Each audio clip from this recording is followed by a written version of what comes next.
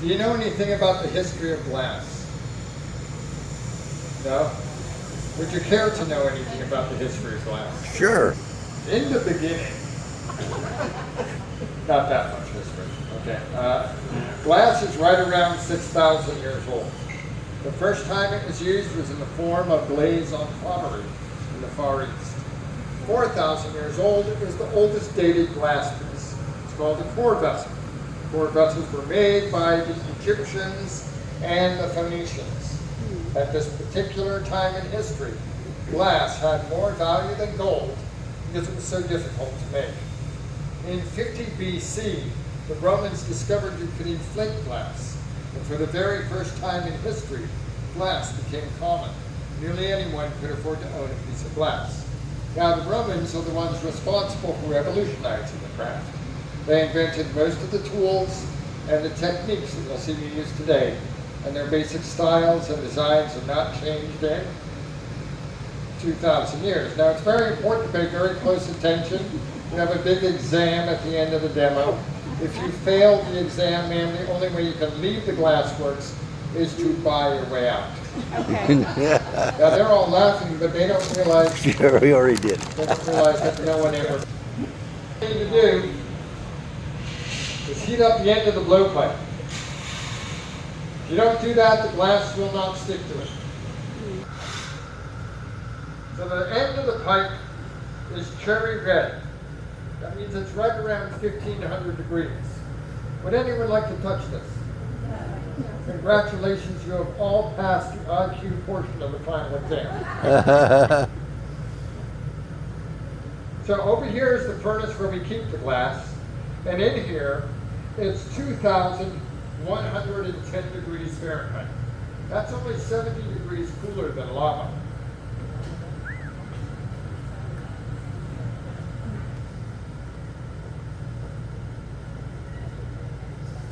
Now at that temperature, clear glass looks like this. Now it also moves around like putty at this temperature. So if I stop turning the pipe, it's just going to drip off the end like honey would off a spoon. Isn't that right, honey? Well, this is Texas, and I'm supposed to be able to get away with that. Okay, so over here I have my pile of the two blues, the cobalt and the Dutch blue. And I'm going to roll it over there, and you can see that it will stick very easily to the surface. Now, each one of these little bits of glass is going to melt into a little puddle. If I want the entire layer to look like this color, I'm going to need about, I don't know, 3 or 4 layers of puddles to overlap to get that to happen. Now, this is the exciting, repetitive part of the piece where I heat it up, pick it up, heat it up, pick it up. It's a great photo opportunity. You can get my better side. I survived the heat.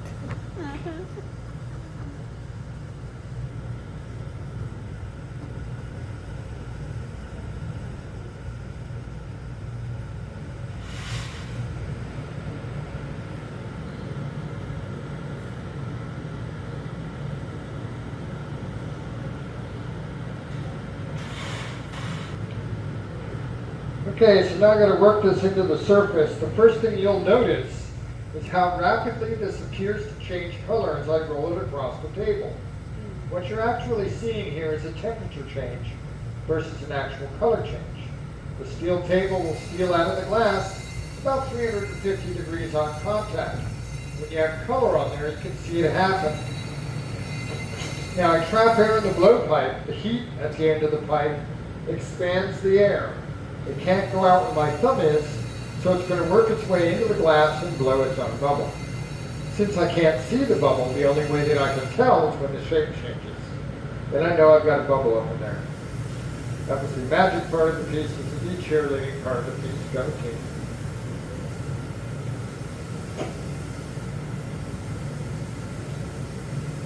So now I need to let this cool down for a little bit so it can handle the heat and weight of another layer of clear glass. At this point, it's already solidified. So I can come over here and get another layer of clear glass.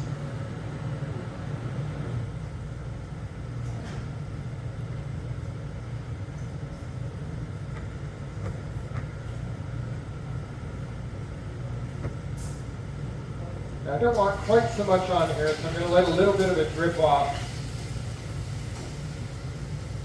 Now in this layer, I'm going to be picking up white. White is my divider color between the two blues on the inside and the myriad of colors I'll be applying to the outside. Remember, this is our Texas wildflower vase. Now this time I'm only going to heat that white in long enough for it to stay stuck to the bubble.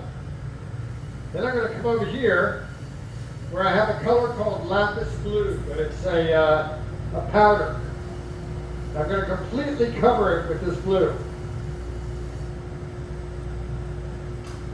So you blue lovers should be in hog heaven right now.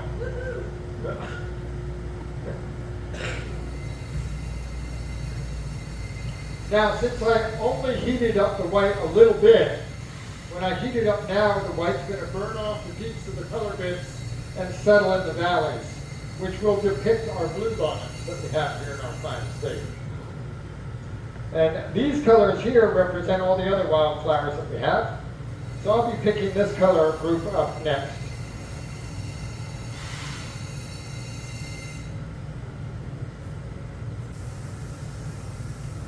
So now that is all the color I want to pick up on this piece.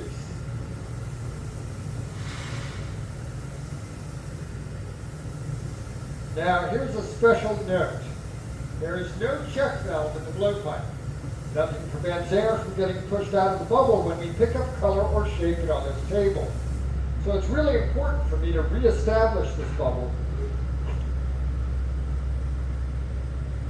before we get too far along in the process. If I don't do that, I can end up folding it up in there, and then I would create this really cool looking door stopper.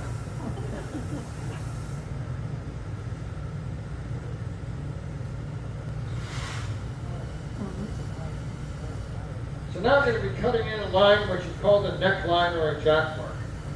This line defines where the lip of the piece is going to be, as well as where it will break off the blowpipe.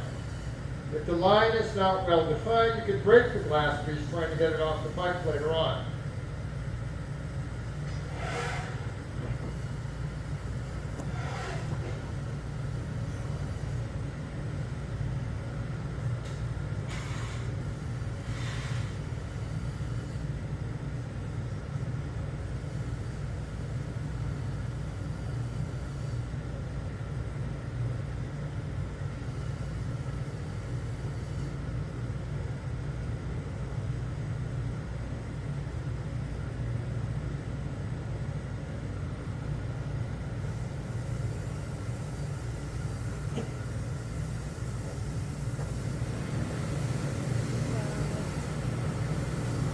And make sure I don't catch the stockings on fire. That would be bad. One of the things you'll notice is that I basically have picked up a mixture of color, which is corn yellow, taxi cab yellow, robo red, which looks like a tomato, delft blue, lapis blue, cobalt blue, but it doesn't look like it. And that's because all colors undergo something called the red shift. Visually, they shift towards red because they're 1400 degrees. You don't believe me, you can touch it. Okay? Okay, so it won't be until the piece cools down in the annealing oven that the colors will come back out. When I'm done with this, if you ask me, I'll bring the mix over here so you can see what the colors will actually be. Any questions? Okay, this shape is called a blank. We use this shape and we use a German technique called a half gather or a post gather, which means I'll gather 70% of the glass that I need to make the glass piece with on the bottom half of the bubble. Post gather is post jack mark. Normally, when you put that mark in, you're all done getting glass unless you use this step. And then I'm going to use a miraculous tool known throughout the world for glass making. The hammer. The Can you hammer. believe me? No. No, you shouldn't believe me. You know all the trouble you could get into by believing me?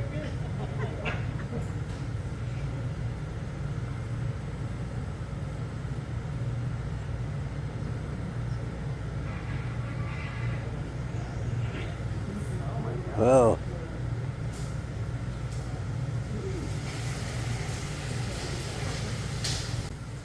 Yep. Good night, hammer. My hammer works.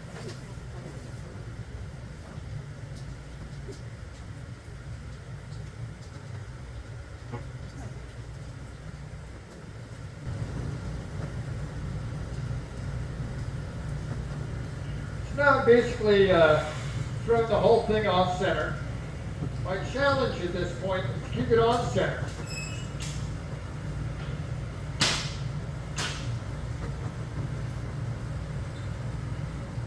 Now the first thing I need to do is give it a nice deep heat. And this is so that I can give it a puff and see exactly where the bubble is so that I can better assess how badly I screwed it up by using the hammer on it. Well, it's actually almost as perfect as it can get. So normally I have to do a lot of fixing at this point. So now I'm going to stretch it out a little bit. Then I'm going to allow gravity to kind of define the base.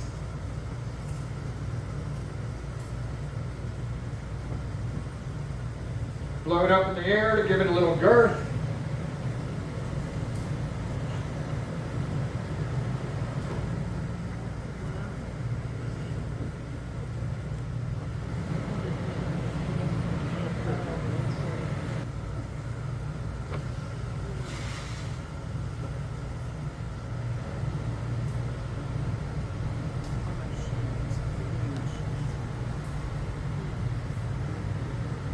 So now, I'm going to blow it onto the floor.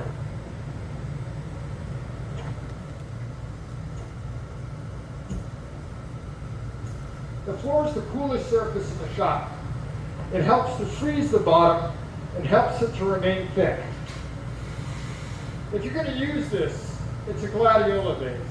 So it's broad at the base and it's heavy and it's stable. So you can put tall flowers in here and it won't tip over. That's the goal, at least. We're ready for a paddle.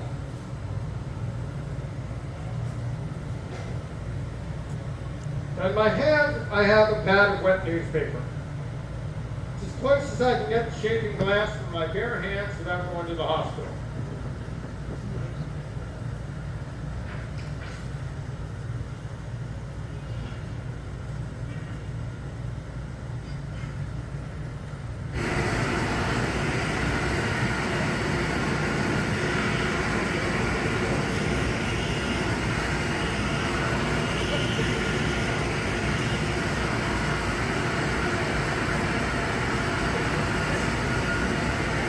Get all that? That was 90 points on the final exam spelling counts. Extra credit for the Monty Python insult I may possibly have given you, having something to do with hamsters and elderberries. Okay? So we're all done shaping the glass piece on the blowpipe. We now need to reorient the piece to another rod so we can open it up.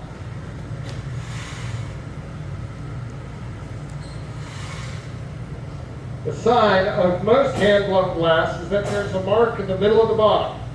That mark is called the punty mark, and this step here shows you how that mark gets there. In Italian, punti or punto means little bridge.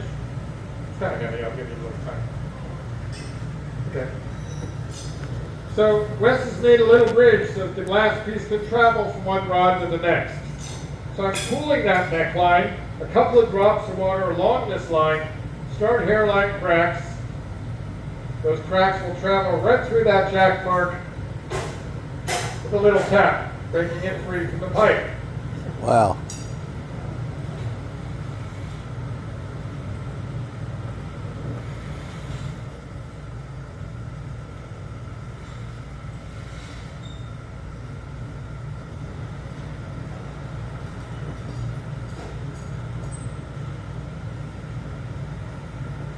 I roll the piece down the bench, and I can find a high spot, lift up with the nose, and it sags back on center.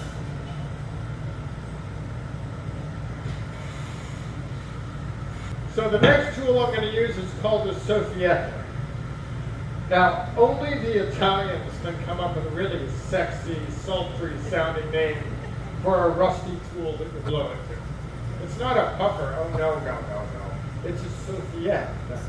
I mean, imagine, ladies, come walk with me through the olive groves.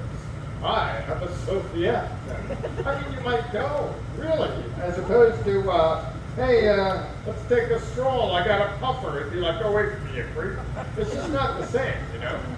So what this tool does, aside from all the linguistics, is you can never really get the lip of the piece as thin as you want it when it's on the pipe.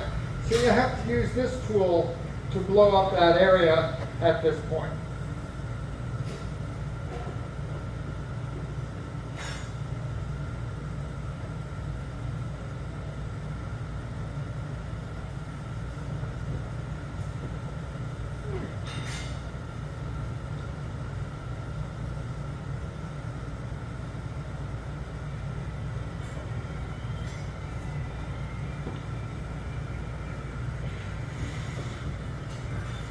Now you see me put the whole thing into the flame.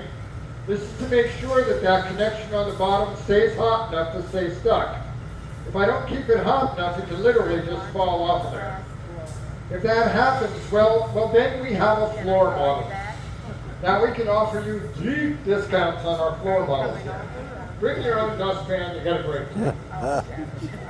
So I'm gonna just open this a little bit more.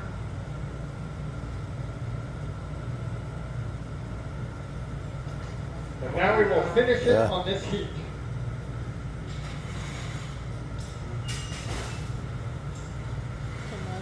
As it gets hotter up there, I'm going to turn the rod a little bit faster.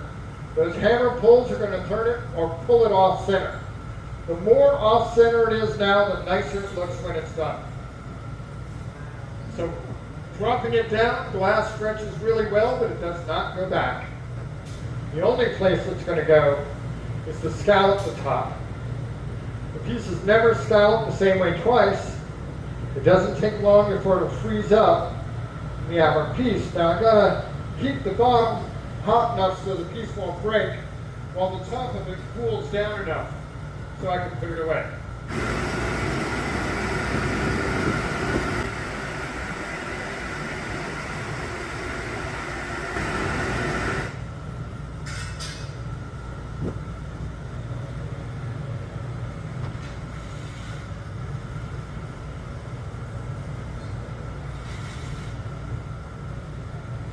There we go. Wow. We have the two blue interior.